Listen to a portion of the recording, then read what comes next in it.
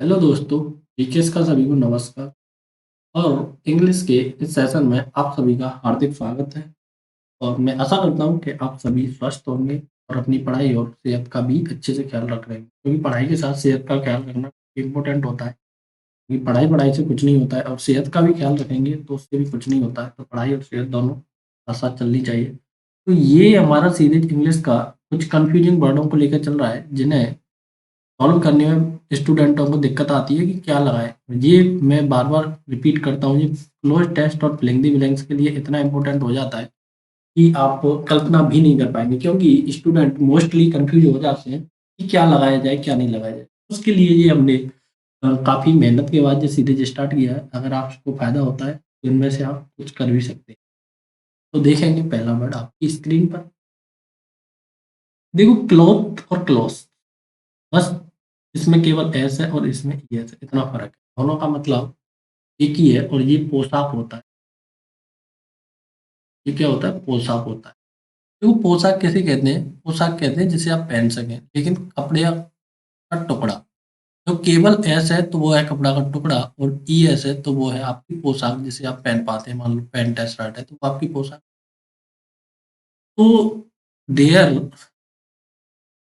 There is a party tonight, आज रात party है। So we must wear new cloth today, तो आज रात मेरे को नया कपड़ा ही का टुकड़ा पहनना चाहिए, कि नए कपड़े पहनने चाहिए, नई पोशाक पहननी चाहिए। तो उसमें कहेंगे कि तो जब भी ये फ्लिंग द ब्लैंक बनने होते हैं तो बच्चे कंफ्यूज हो जाते हैं कि क्लॉथ लगाएंगे, क्लॉथ लगाएं। देखो, आप पार्टी में जाएंगे तो पोशाक पहन के जाएंगे, कपड़े का टुकड़ा पहन के नहीं जाएंगे।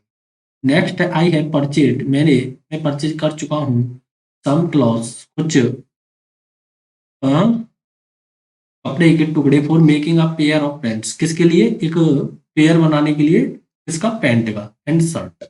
और किसका? शर्ट का। तो आपने क्या परचेज किया? क्लॉथ परचेज किया, ना कि क्लोथ्स, क्योंकि अगर वो सिल गए तो फिर वो बन जाएंगे क्लॉथ।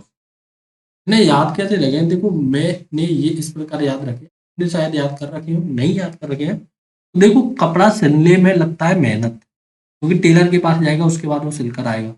तो उसमें मेहनत का मतलब ज़्यादा एफर्ट लगाया, तो इसमें ज़्यादा शब्द है और इसमें कम शब्द। कपड़ा तो दुकान से हर एक कोई लेकर आ सकता है, लेकिन सिलवाने में तो एफर्ट लगाना पड़ेगा ना। टेलर के पास जाना पड़ेगा, तो टेलर के पास जाना पड़ेगा तो ज़्यादा मेहनत तो ज़्यादा वर्ड, और ज़्यादा वर्ड तो उसका मतलब पोषण। इस प्रकार से आप इसको। नेक्स्ट 3 वर्ड आपकी स्क्रीन पर, और इतने खूबसूरत वर्ड हैं, आप इनकी कल्पना कर सकते हैं। एयर माने होता है हवा, विंड माने होता है आंधी, ब्रीज माने होता है शीतल हवा। ये वही हवा का झोंका है जो आप याद करते रहते हैं कि वो बारिश आएगी और वो हवा का झोंका आएगा।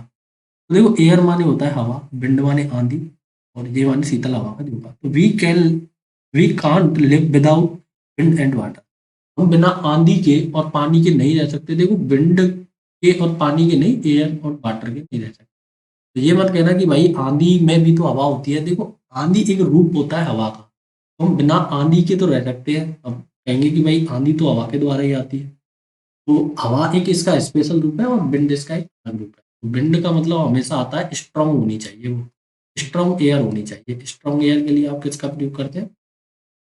स्ट्रांग एयर होनी चाहिए, विंड नहीं। मैं एयर करूँ जब लिखेंगे आप।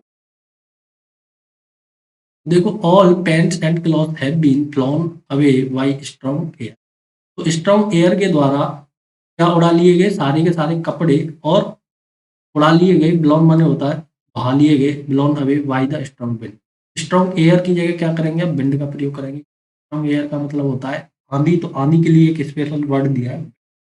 Next, we are enjoying the pleasant breeze, तो ब्रिज माने होता है आपका शीतल हवा का झोंका, जो आप कल्पना करते हैं अपनी उनके साथ रहने की, और वो करते हैं आपके साथ रहने की। तो देखो, जब भी ब्रिज आए तो ब्रिज का मतलब ही होता है शीतल हवा का झोंका, शीतल हवा का झोंका। तो ये आपकी शीतल है और ये हवा है। ये आवारा हवा का झोंका है, निकला है पल दो पल के लिए।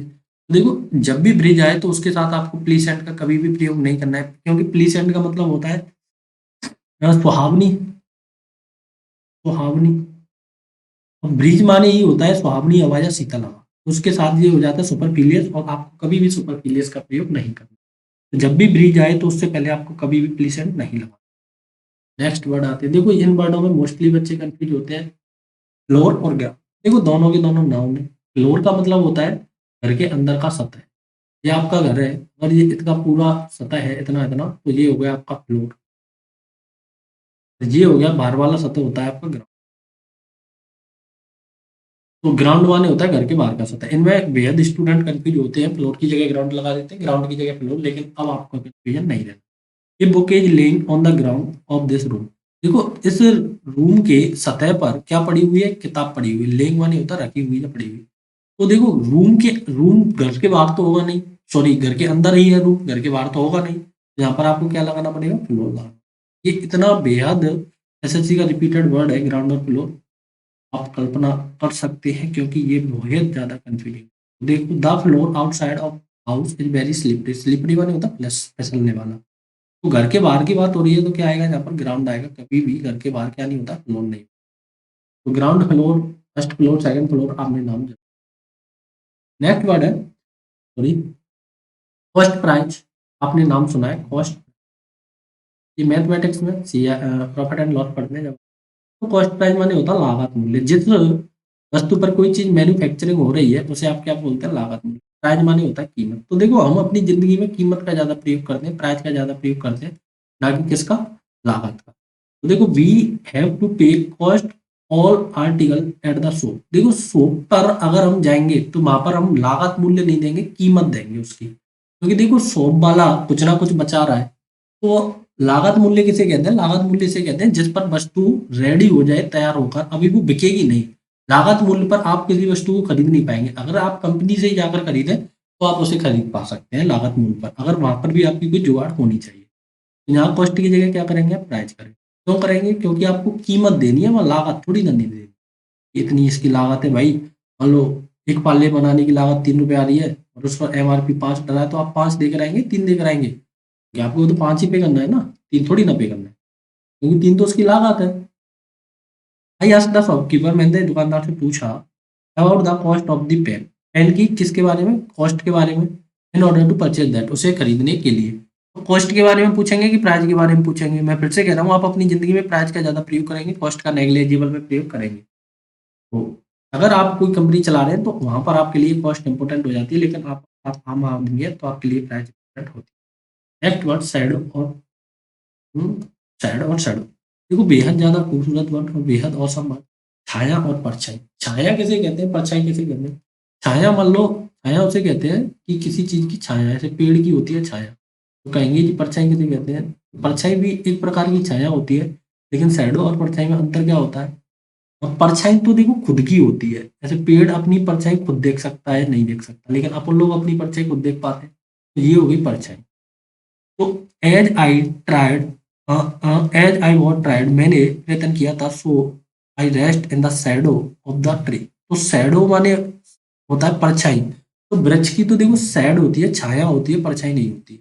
तो वृक्ष के लिए वो परछाई हो सकती है, लेकिन आपको यहाँ पर किसका प्रयोग करना है, शैडो का प्रयोग करना है।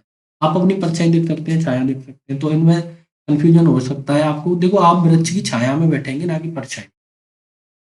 और समटाइम किसके लिए, समटाइम के। The tiger saw it's shadow, tiger ने अपनी देखो क्या देखी, परछाई देखी, कि छाया देखी, तो कहेंगे आपने परछाई देखी।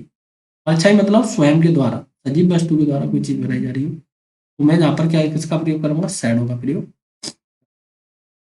In the wall and road, road माने होता दहाड़, दहाड़। और वो क्या किया, अपॉन इट, और इस पर दहाड़। रोड के साथ हमेशा दहाड़ने के लिए अपॉन का प्रयोग करते हैं, ये भी आपको ध्यान रखना है। तो मैं आशा करता हूँ कि ये सेशन आपके लिए बेहद ज़्यादा यूजफुल रह रहा होगा, और आप इसे लाइक शेयर और सब्सक्राइब भी कर रहे होंगे, और इसी प्रकार से सपोर्ट करते रहिए, और थोड़ा सा और सपोर्ट देते रहिए, इस कारण हम आपको अच्छी से अच्छी चीज़ प्रोवाइड करा सकें। Thank you for watching, take care, bye.